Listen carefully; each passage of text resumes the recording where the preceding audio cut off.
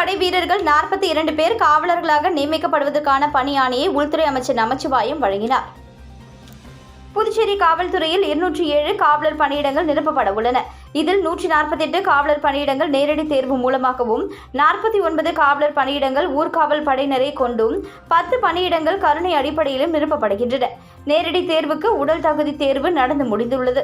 வரும் 8ஆம் தேதி எழுத்து தேர்வு நடைபெற உள்ளது. இந்த நிலையில் ஊர்காவல் படையில் இருந்து காவலராக பணி மூப்பின் அடிப்படையில் 42 பேர் பணியமர்த்தப்பட்டனர். இவர்களுக்கு அமைச்சர் நமச்சிவாயம் பணி ஆணைகளை வழங்கினார். மீதமுள்ள 7 பணியிடங்களுக்கும் தேர்வு ஆய்வுக்குழு மூலமாக ஊர்காவல் படையினர் பரிசீலிக்கப்பட்டு பணி நியமன ஆணைகளை வழங்க நடவடிக்கை எடுக்கப்படும் என்று அமைச்சர் நமச்சிவாயம் கூறினார். புதுச்சேரி காவல்துறை தலைமையகத்தில் நடைபெற்ற நிகழ்ச்சியில் புதுச்சேரி காவல்துறை தலைவர் ஷாலினி சிங், துணைத் தலைவர் சத்யசுந்தரம், முதுநிலை காவல் கண்காணிப்பாளர்கள் லால், கலைவாணன் உள்ளிட்டோர் கலந்து கொண்டனர். தடை செய்யப்பட்ட போதைப் பொருட்களை காரில் கடத்தி வந்த 2 விழுப்புரம் போலீசார் கைது செய்தனர். விழுப்புரம் செஞ்சி பைபாஸ் சாலையில் போதை தடுப்பு பிரிவு போலீசார் தீவிர வாகன சோதனையில் ஈடுபட்டிருந்தனர். அப்பொழுது வேகமாக வந்த காரை மடக்கி சோதனை செய்த பொழுது அதில் மூட்டை மூட்டையாக தடை செய்யப்பட்ட ஹார்ன்ஸ் உள்ளிட்ட போதைப் பொருட்கள் இருந்தன. இதனை அடுத்து காரில் இருந்த 2 காவல் நிலையம் அழைத்து சென்று விசாரணை மேற்கொண்டனர்.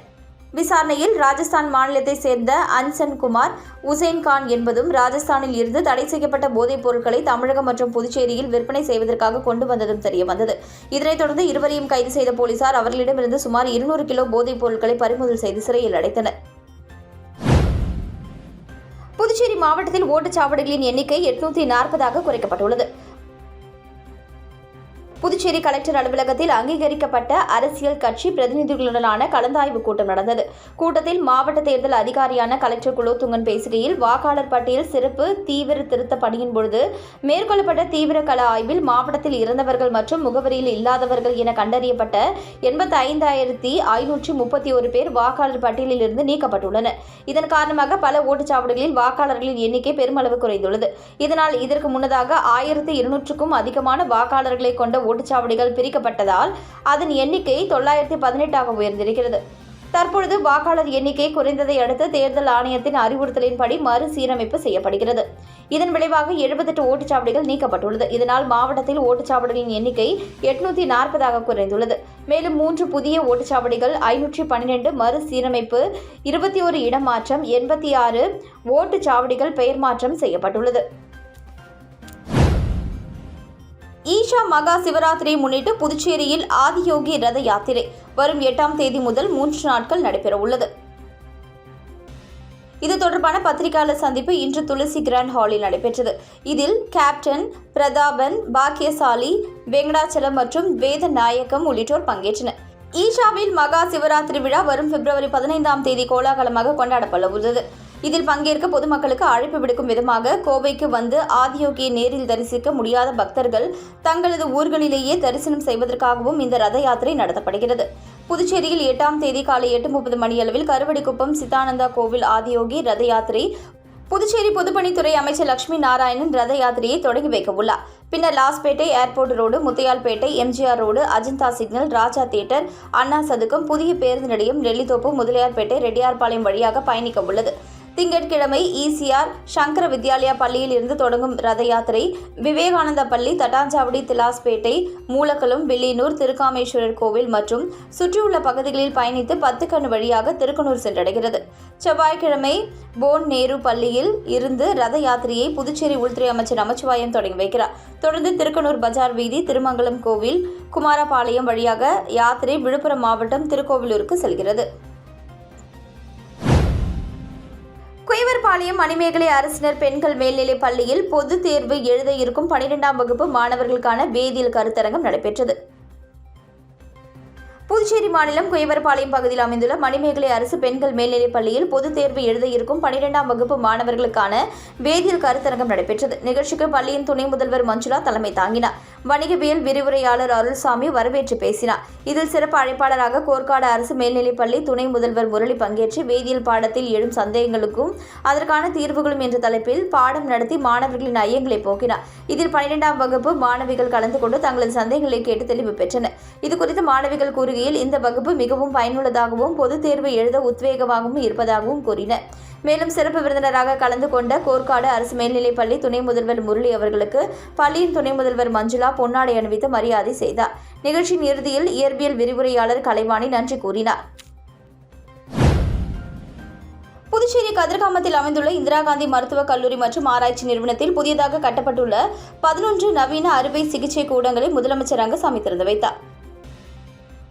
புதுச்சேரி கதிர்காமத்தில் அமைந்துள்ள இந்திரா காந்தி மருத்துவக் கல்லூரி மற்றும் ஆராய்ச்சி நிறுவனத்தில் புதியதாக கட்டப்பட்டுள்ள 11 நவீன அறுவை சிகிச்சை கூடங்கள் திறப்பு விழா இன்று நடைபெற்றது. விழாவில் முதலமைச்சர் ரங்கசாமி கலந்து கொண்டு அறுவை சிகிச்சை கூடங்களை திறந்து வைத்தார்.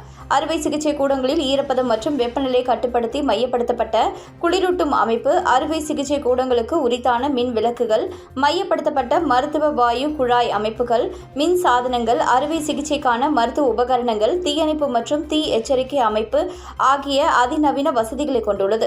மருத்துவமனையில் அறுவை சிகிச்சை முறைகளின் தரம், பாதுகாப்பு மற்றும் செயல்திறனை மேம்படுத்தியுள்ளது. இந்த முயற்சி நோயாளிகளின் காத்திருப்பு நேரத்தை குறைக்கவும் பொதுமக்களுக்கு தரமான சுகாதார சேவையை வலுப்படுத்த உதவும்.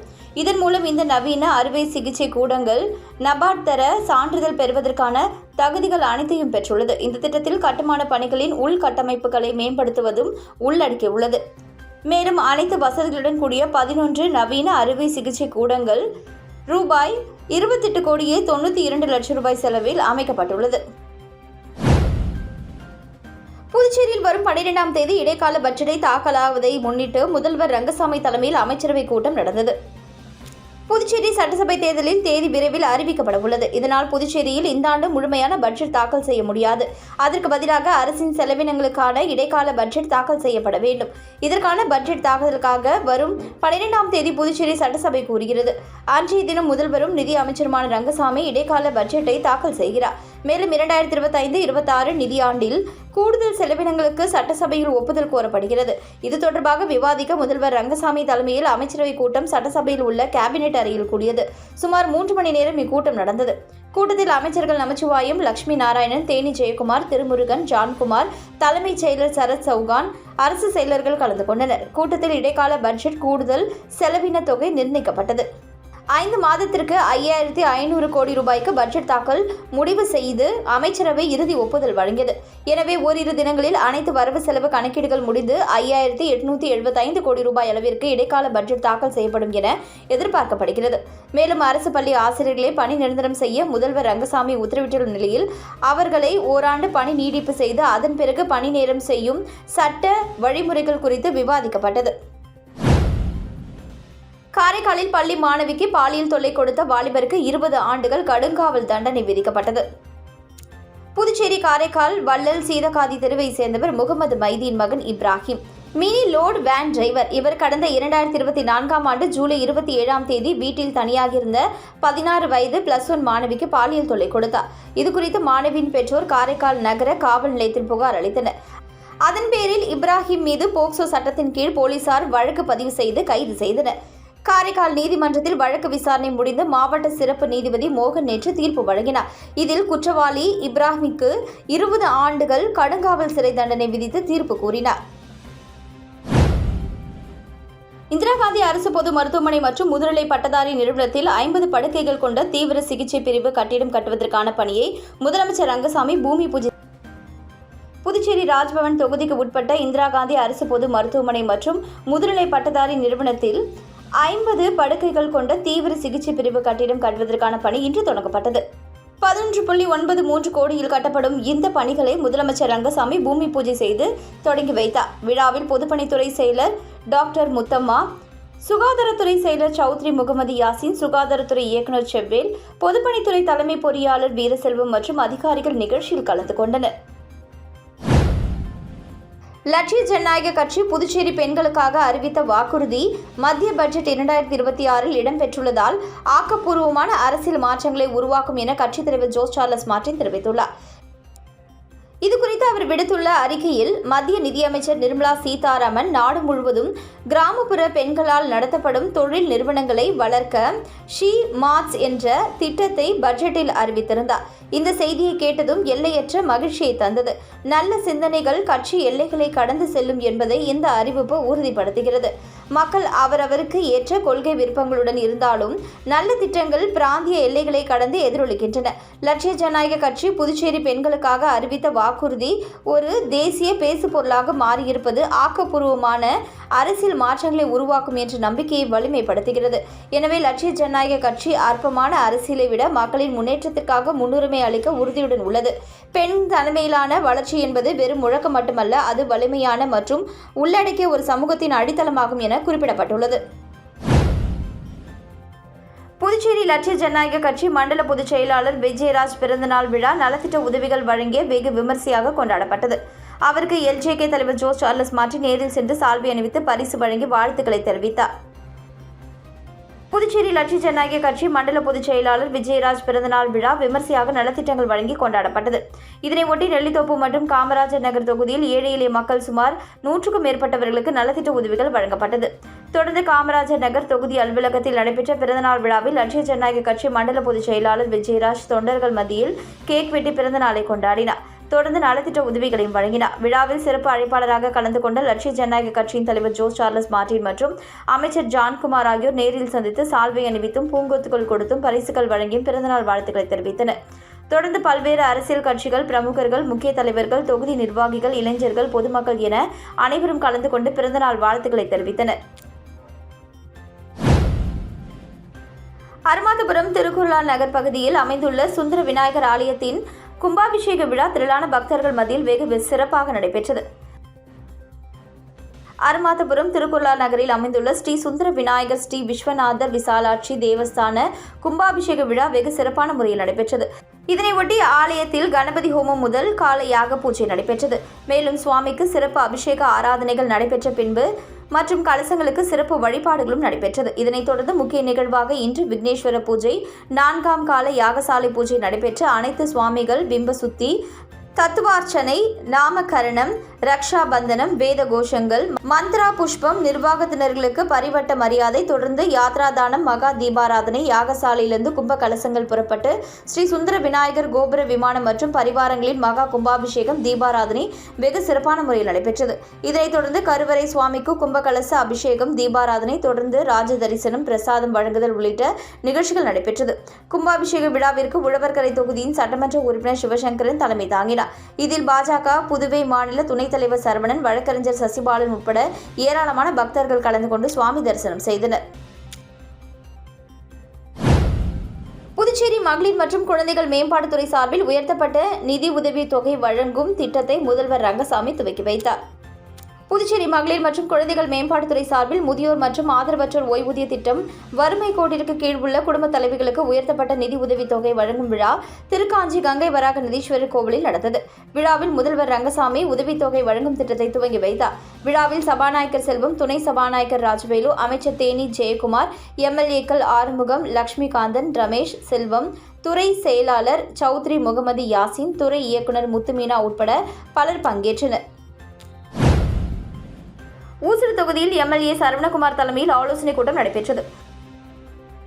ஊசுடு தொகுதியில் பாஜக சார்பில் ஆலோசனைக் கூட்டம் நடைபெற்றது. தொகுதியின் சட்டமன்ற உறுப்பினர் சரவணகுமார் தலைமையில் ஊசுடு சட்டமன்ற தொகுதிக்கு உட்பட்ட பூத் நம்பர் 1 முதல் 40 வரை உள்ள கிளை தலைவர்களின் ஆலோசனைக் கூட்டம் நடைபெற்றது. இதில் புதுச்சேரி வருகை தரவுள்ள பாரத பிரதமர் நரேந்திர மோடி அவர்களுக்கு உற்சாக வரவேற்பு வழங்குவது சம்பந்தமாகவும், ஊசுடு தொகுதியில் இதுவரை செயல்படுத்திய திட்டங்கள் அனைத்தையும் பொதுமக்களுக்கு கொண்டு செல்ல வேண்டும், உள்கட்டமைப்பு அடிப்படை வசதிகள் செய்து கொடுத்ததையும் பொதுமக்கள் மத்தியில் எடுத்துரைக்க வேண்டும், மேலும் தேர்தல் வருவதற்கு சில வாரங்களே உள்ள நிலையில் அனைவரும் வெற்றிக்கு அயராது பாடுபட வேண்டும் என்று கிளை தலைவர்களிடம் கேட்டுக்கொண்டார். மேலும் தற்பொழுது வாக்காளர்களின் மனநிலையை புரிந்து கொண்டு களப்பணி ஆற்ற வேண்டும், பொதுமக்களுக்கு மீண்டும் நாம் அனைவரும் ஒன்றிணைந்து சேவை செய்ய வேண்டும், இதுவரை யாரும் செய்ய முடியாத பற்பல சாதனைகளை ஊசுடு தொகுதியில் செய்து முடித்துள்ளேன் என்று சட்டமன்ற உறுப்பினர் சாய்ஜி சரவணகுமார் கிளை தலைவர்கள் மத்தியில் தெரிவித்தார். நடைபெற்ற ஆலோசனைக் கூட்டத்தில் தொகுதி ஒருங்கிணைப்பாளர் சாய்ஜி தியாகராஜன், தொகுதி தலைவர் முத்தாலு முரளி, கிளை தலைவர்கள் கலந்து கொண்டனர். காரைக்காலில் மாணவர்களுக்கான நன்றியுணர்வு விழிப்புணர்வு நிகழ்ச்சி நடைபெற்றது.